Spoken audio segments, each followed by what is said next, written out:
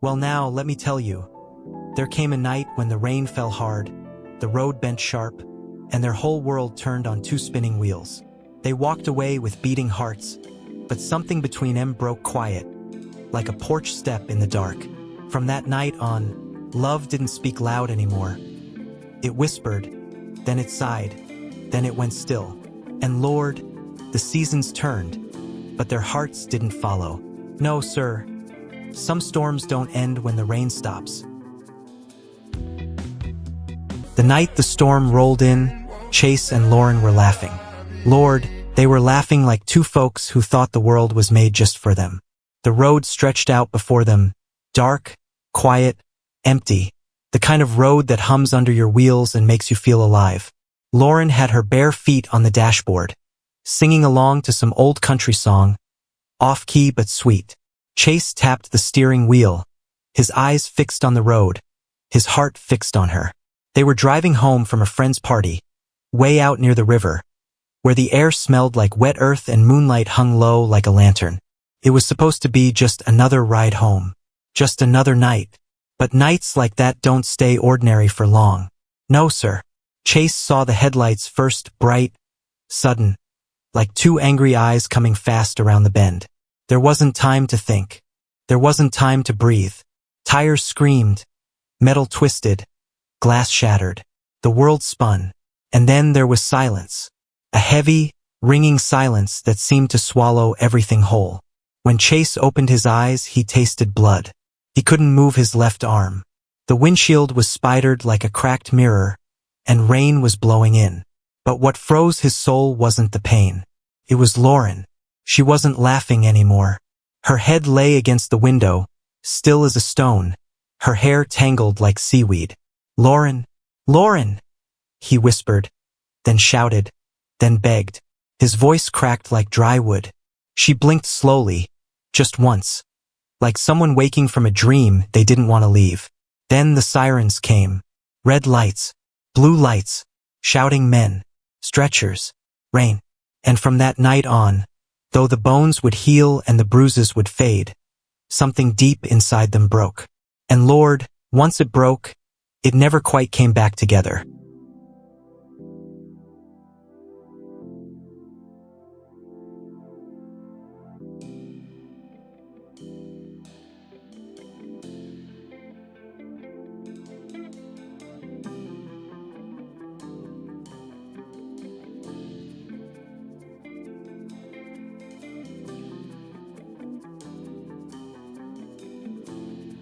The hospital smelled like bleach and rain-soaked clothes. You know that smell, sharp, clean, but somehow sad. Chase sat in the hallway outside Lauren's room, his jeans torn, his face stitched at the brow, his left arm wrapped tight in a cast. He'd been there since the night before, staring at the same yellow line on the floor, listening to the same clock tick. Every second felt loud, too loud.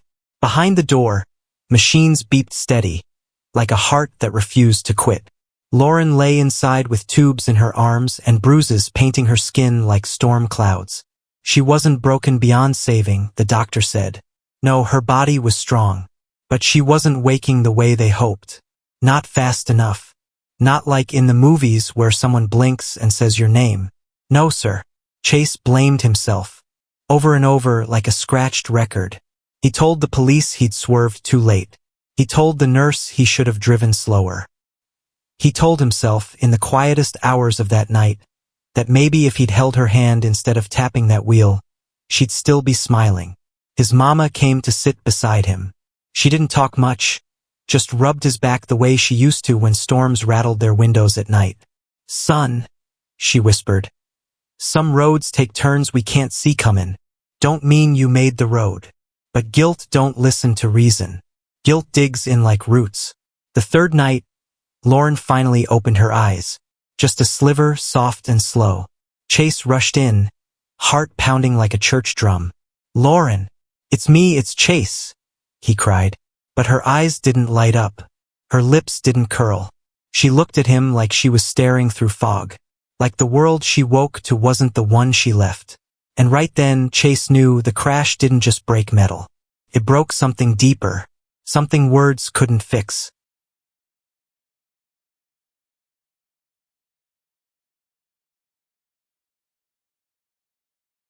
Lauren came home 2 weeks later, but it wasn't the same home she'd left. No, sir. The house felt quieter, like it was holding its breath. Chase had scrubbed the floors, folded the blankets, even put fresh flowers on the table. Sunflowers, her favorite. But when she walked through that door, her steps were slow, like each one was a memory she didn't want to touch. She moved carefully, her body stiff from the crash. The scars were still healing, purple and fading, but her eyes were different. Before, they sparkled like creek water in the sun. Now, they were distant, like she was listening to something far away. The first few nights, Chase tried to keep things light. He cooked her favorite meals, played their songs, told their inside jokes. But Lauren just sat there, fork in hand, staring at her food like she was trying to remember how to taste it. Sometimes she'd nod. Sometimes she'd smile, but it was the kind of smile that doesn't reach the heart. One night, as rain tapped the windows, Chase found her sitting on the porch, wrapped in a blanket. She was watching the road, the same road they'd driven that night. Her fingers clutched the blanket tight, knuckles white. "You cold?" Chase asked softly. She didn't look at him. "I keep hearing it," she whispered. "Hearing what?" "The crash. Over and over. Like it stuck in the air." Chase sat beside her, wanting to reach for her hand, but she pulled it away slowly, like a leaf caught in the wind. He tried to tell her it wasn't her fault. He tried to tell her they were lucky to be alive. But Lauren wasn't hearing words. She was somewhere else, stuck between what happened and what couldn't be undone. And that's when Chase first felt it. Something quiet, like a hairline crack in a wall. Not loud enough to break everything. Not yet. But Lord, cracks don't stay small for long.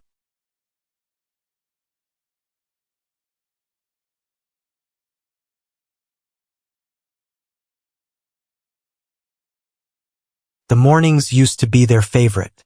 Chase would brew strong coffee while Lauren hummed by the window, sunlight warming her hair. But now the mornings were hushed. No humming, no laughter, just the kettle's whistle and the sound of two hearts beating out of rhythm. Lauren moved through the house like a ghost who hadn't decided to stay or leave. She'd sit at the kitchen table, staring at nothing, hands wrapped around a mug that went cold before she took a sip. Chase would talk, softly, carefully, about anything to make her smile. The neighbor's new dog, the smell of rain, even old stories about their high school days. But her responses were short, clipped, or worse, silent. She'd started avoiding mirrors. Every time she caught her reflection, her face would tighten, like the person staring back wasn't her. The small scar above her eyebrow bothered her more than she'd admit. Chase thought it was nothing. It made her look brave, he'd say. But Lauren didn't want to look brave. She wanted to look like she did before. One Saturday, Chase suggested they take a drive. "Just to the lake," he said. "Windows down, music up, like old times." Her reaction was sharp, like a door slamming. "I'm not getting in a car, Chase." The words hit him like cold water. "Lauren, it's been weeks. We can take it slow. I'll drive careful." I said no. There was something final in her voice, something that made Chase step back. She left the room, and the house filled with the echo of what wasn't said. That night, when Chase lay beside her, he noticed she slept facing the wall. Her breathing was steady but far away, like waves on a distant shore. He reached out to touch her shoulder, but his hand hovered in the dark, unsure. And out there in the night, the wind picked up, brushing against the house like whispers. It was as if the world itself knew. The love that once filled that house was starting to thin, like smoke rising into the night sky.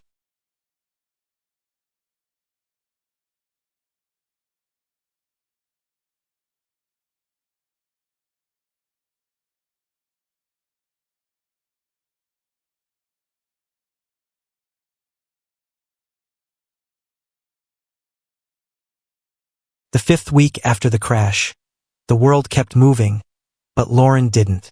Church bells rang on Sundays, children played on the street, neighbors waved hello. But inside their house, time felt heavy, like the air itself was holding its breath. Chase tried to bring life back into their days. He mowed the lawn, fixed the porch swing, even brought home her favorite peach pie from Mrs. Turner's bakery. He set the table with candles and soft music, hoping maybe, just maybe, he could pull her back. She came to the table, sat down, and stared at the pie. The light flickered on her face. Chase smiled gently. "Remember last summer? You ate half of this pie yourself." She didn't answer. She just looked at it like it belonged to some other life. "Lauren," he said softly, "we can't keep living like this." She blinked slowly, her voice quiet. "Then maybe you should stop trying to fix what can't be fixed." The words landed hard. Chase didn't speak for a moment. He swallowed, looked down at his plate, and forced a smile that didn't reach his eyes. Later that night, they sat on the porch together, but silence sat between them like a third person. The road in front of the house shimmered in the moonlight. That same road. The one that had carried their laughter, and then taken it away. Lauren finally spoke. "Sometimes I wish I'd never gotten in that car." Chase turned to her, stunned. "Lauren, don't say that." She shook her head slowly. "I'm not who I was, Chase. I can't just pretend everything's fine because you want it to be." He didn't have an answer. He just stared at the stars, listening to the wind. Somewhere deep inside, a part of him began to understand. Love couldn't reach her where she was now. Not yet. Maybe not ever. And Lord, that quiet realization cut deeper than any crash ever could.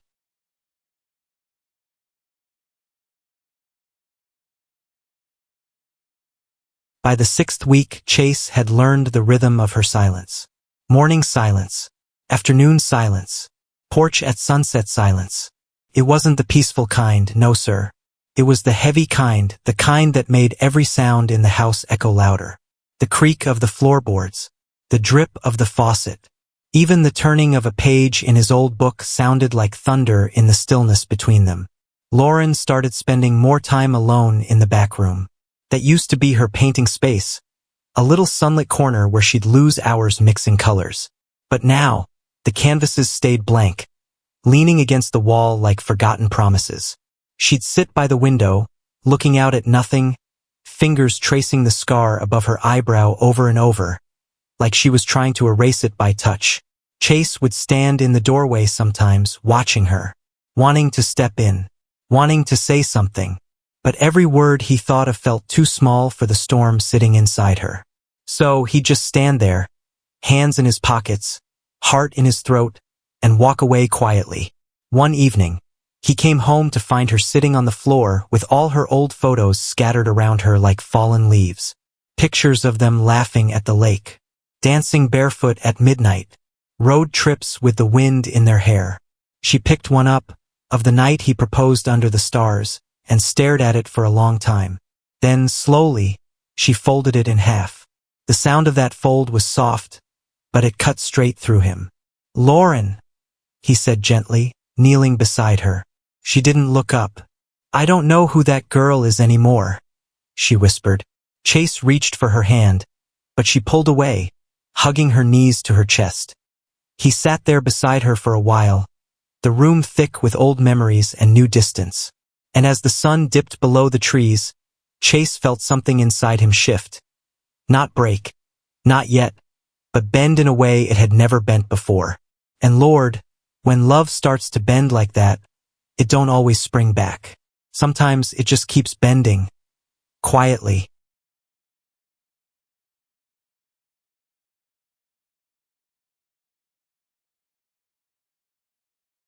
Chase woke up one morning to the sound of the back door closing.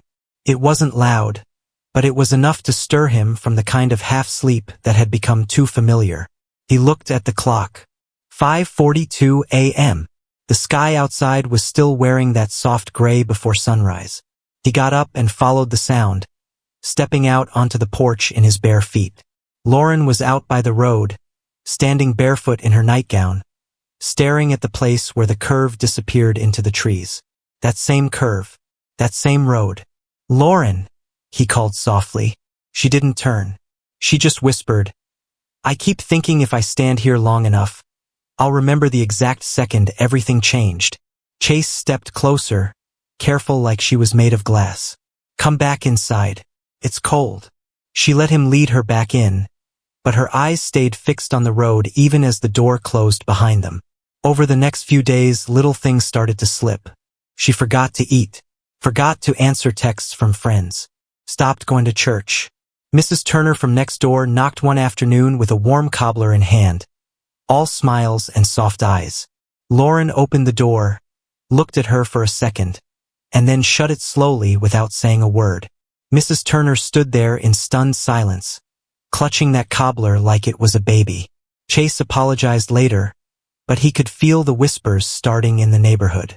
Folks said trauma changes people, but they didn't know how much. One night, as they sat on the porch, Chase tried to bridge the gap again. "We could see someone," he said. "Talk to a counselor. Just try." Lauren's jaw tightened. "You think I'm broken?" He shook his head quickly. "No, I think you're hurting, and I want to help." She stood up, pulling the blanket tight around her shoulders. "Some things can't be fixed, Chase. Stop trying." Her footsteps faded into the house, leaving Chase alone with the chirping crickets and a heart that didn't know whether to wait or let go. And Lord, that porch had heard their laughter once. But now it was starting to learn the sound of silence.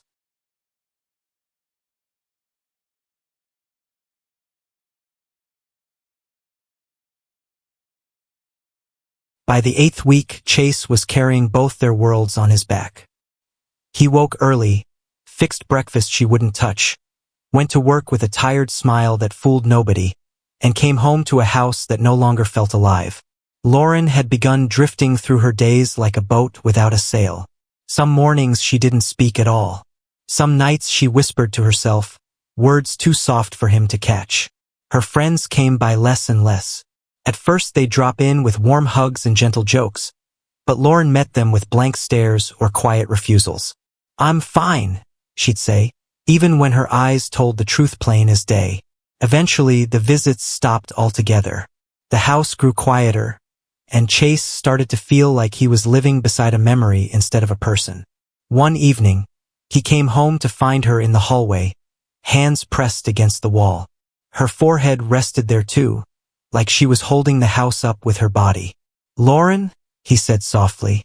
She didn't move. "It's too loud," she whispered. Chase frowned. "It's quiet, sweetheart." "No," she said, her voice trembling. "It's loud inside." He reached for her, but she stepped away, wrapping her arms around herself like she was trying to keep from falling apart. That moment lingered in his mind long after she walked away. Later that night, Chase sat outside on the porch steps, elbows on his knees, staring at the stars. The weight of everything pressed down hard. He'd promised her forever, but he hadn't known forever could look like this. He remembered their old road trips, how she'd stick her hand out the window, letting the wind weave through her fingers. She used to say, "The road listens if you talk to it." But now it seemed like the road had stolen her voice. And Lord, Chase didn't know it then, but sometimes love ain't about holding someone up. It's about watching them drift, praying they find their way back.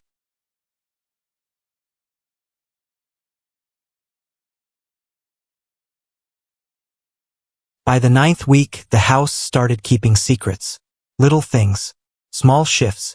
Lauren's toothbrush stayed dry some mornings. Her shoes were left by the door at odd hours. Some nights, Chase would wake up and find her sitting in the living room in the dark, eyes wide open, as if waiting for something only she could see. He tried not to push her. He told himself to be patient. But patience has a way of thinning out like an old rope, strand by strand. One Friday night, after a long day at work, Chase walked through the door and found the dinner table set with plates but no food. Lauren sat there, hair unbrushed, fingers tapping the wood rhythmically. Tap, tap, tap. "Lauren," he said softly. She didn't look up. "I thought I'd cook," she whispered. "But I couldn't remember how." Chase's heart clenched. He pulled out the chair beside her and took her hands in his. "It's okay. We can cook together." She stared at him blankly for a moment, then pulled her hands back. "I don't need help," she muttered. "You're not alone in this," he said, trying to keep his voice gentle. "I feel alone." she shot back suddenly, eyes flashing with a spark he hadn't seen in weeks. Every time you look at me, it's like you're waiting for the old me to walk back in. She's not coming back, Chase. The words hit him like cold wind. He opened his mouth to answer, but nothing came.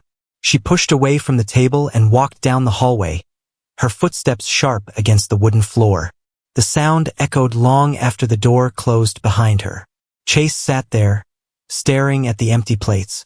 He thought about how love used to fill their house like music, how laughter used to bounce off these same walls. Now, all he heard was the tap-tap-tap of her fingers, still ringing in his ears. And Lord, that night, as the crickets sang outside, Chase realized something he didn't want to admit. Not out loud, not even to himself. He was starting to lose her. Not to another man, not to distance, but to a storm living inside her that he couldn't chase away.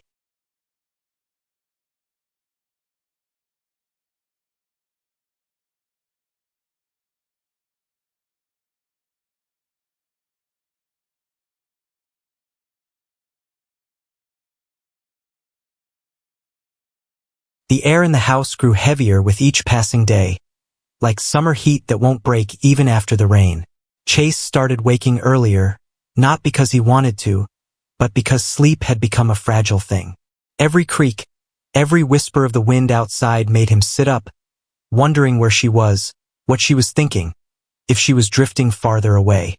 One morning, just before dawn, he found her in the kitchen standing by the sink, staring out the window.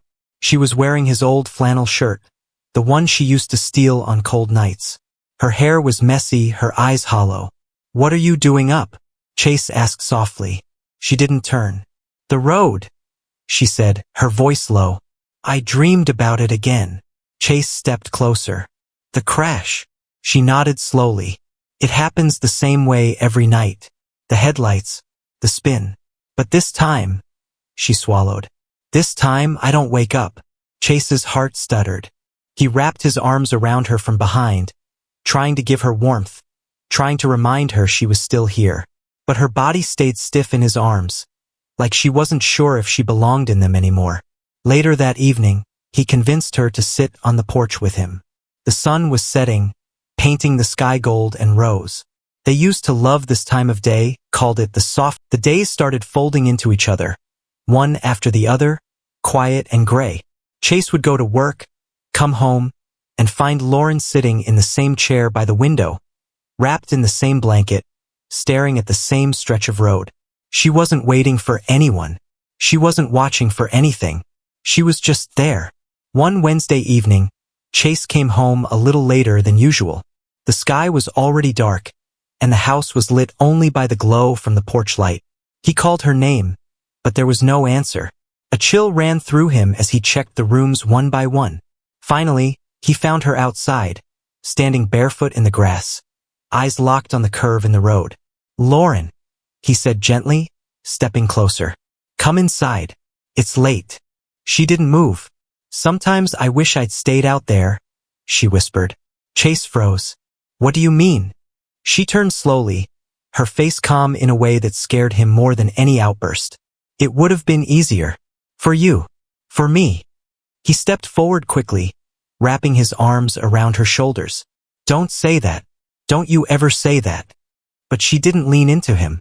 She stood there stiff, like a tree rooted in some place he couldn't reach. He could feel her heartbeat, slow and steady, but far away, like a drum in another room.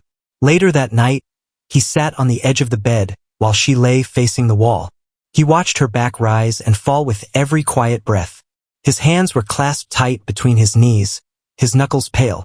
He whispered her name, once, twice, but she didn't answer. And something in that silence cracked. Not loud, not sudden, more like a hairline fracture in glass. Quiet but deep. Chase lay down beside her, staring into the dark. For the first time, the thought crept in like a shadow. What if she never comes back? Not the physical Lauren, the one lying beside him, but the woman he knew, the woman who laughed loud and loved fiercely.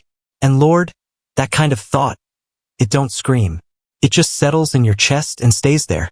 Morning came soft and pale, the kind that makes the world look like it's holding its breath. Lauren was already up when Chase opened his eyes. She sat at the kitchen table, hair tied back, hands wrapped around a mug she hadn't touched. She looked like someone waiting for news she didn't want to hear. "Morning," he said, forcing a smile. She nodded but didn't look at him. "I called Dr. Evans," she said quietly. "I have an appointment this afternoon." Chase paused. It was the first time in weeks she'd made a move on her own. "That's good," he said carefully. "Do you want me to come with you?" She shook her head. "No, I need to do this myself." There was something in her voice, fragile but steady, like the sound of a door opening just a crack after being shut too long. He didn't push. He just reached across the table, gently placed his hand over hers. She didn't pull away this time.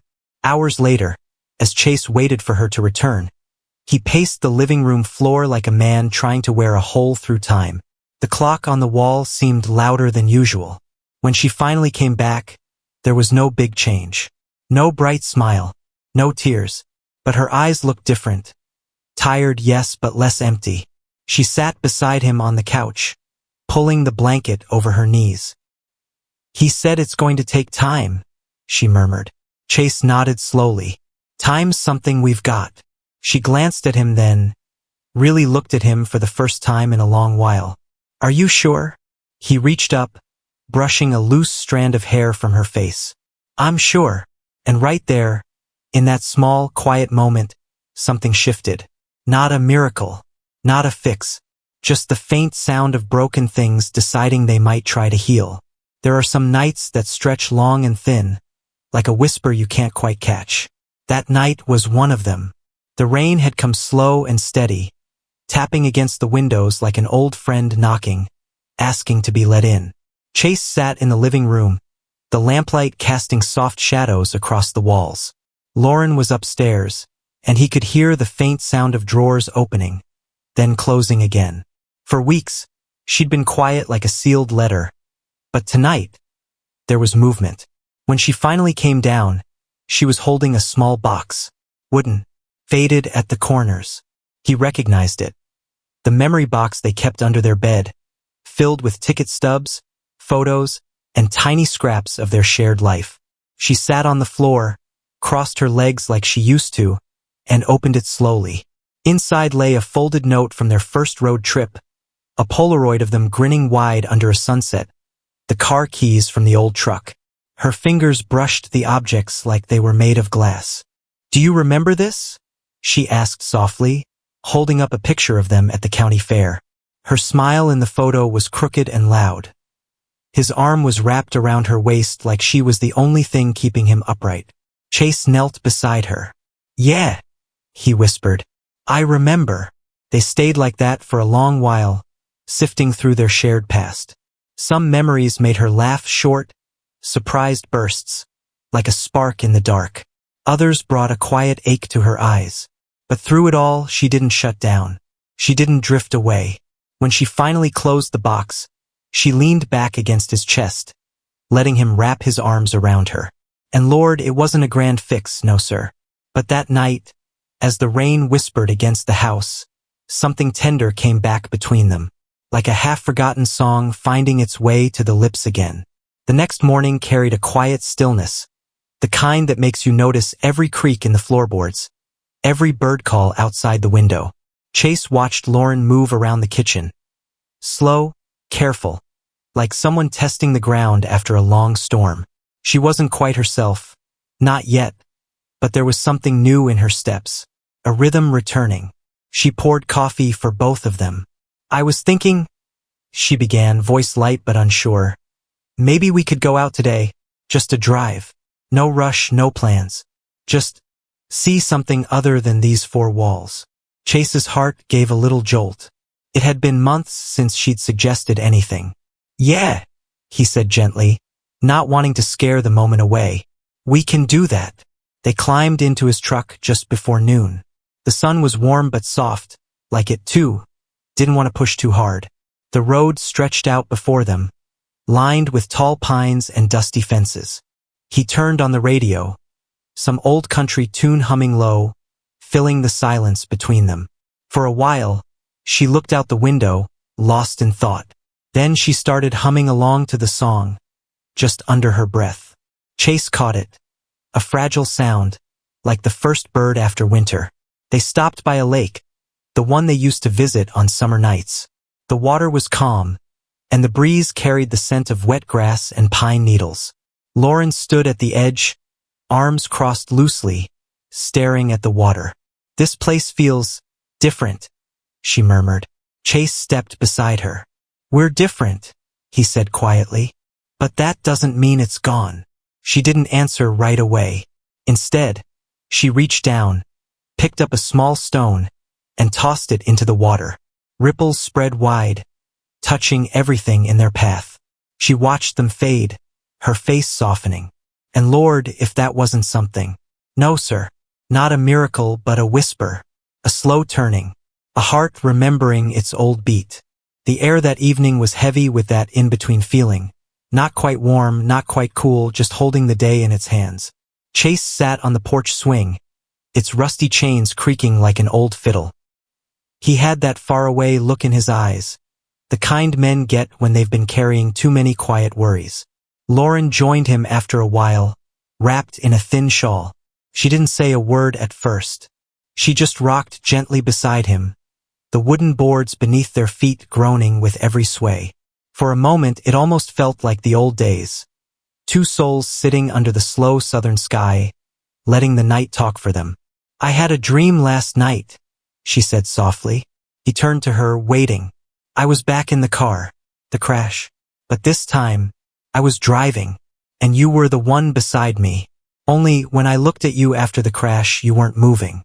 You were just gone." Her voice cracked like dry wood.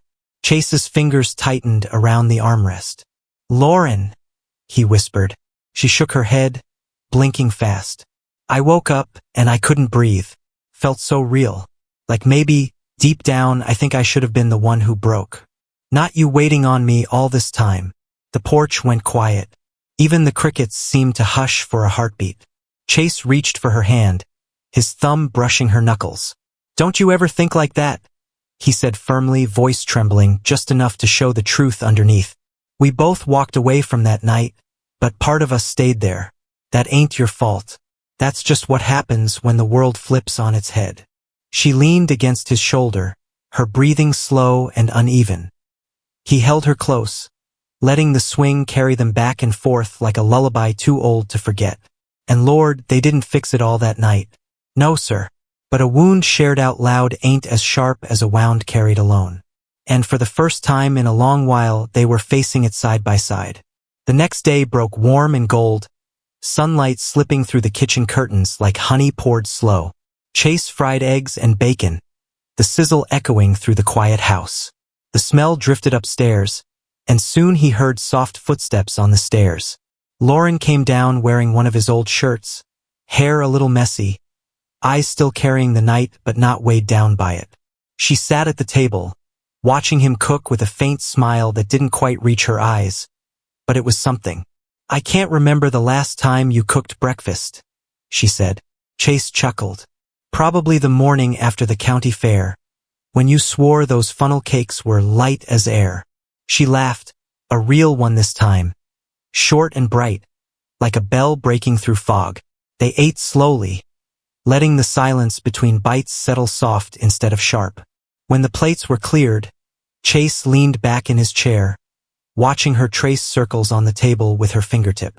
"Lauren," he said carefully, "what if we went back to church this Sunday? Just to sit? Not for show. For us."